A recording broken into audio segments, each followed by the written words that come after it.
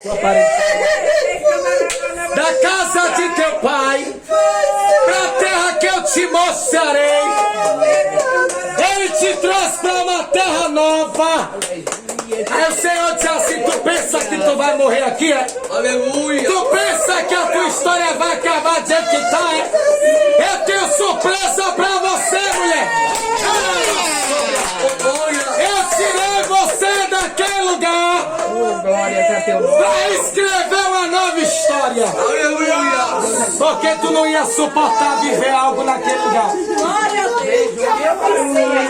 Teve gente que olhou, né, Promácia, e disse assim: vai padecer lá naquele lugar. Aleluia. Vai morrer lá em Juazeiro. Não vai sobreviver, vai passar fome. Vai pra debaixo da ponte. Vai morar no fundo de um quintal. Aí já vai dizer assim: conta tu o tempo pro reboliço que eu vou fazer. Conta tu, prepara teu coração, porque tem virada. Virada. Tu já chorou muito, mulher. Tu já passou até fome. Erebaçai. Já passou até sede. Aí já vai dizer assim: eu estou preparando um tempo de honra, um tempo de descanso, um tempo de exaltação. Muitos já te humilharam, já te pisaram, mas agora chegou a hora de Deus te honrar.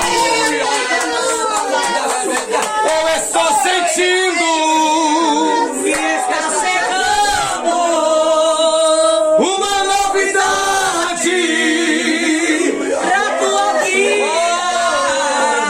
É uma promessa antiga, desejada, esperada, que está chegando. Uma novidade, uma novidade. recebe aí, ó, virada da parte de Deus na tua vida.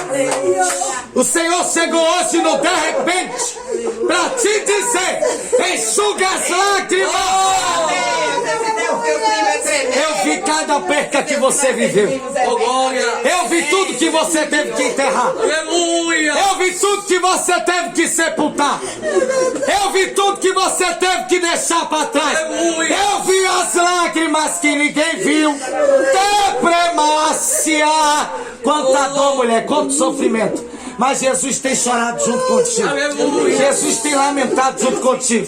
E Ele te diz assim: ainda que uma mãe venha esquecer de um filho que sai da sua madre, ainda que uma mãe se esqueça de um filho que ainda mama, eu, Senhor, jamais esquecerei de ti. Aleluia, Jesus. Graças a ela está.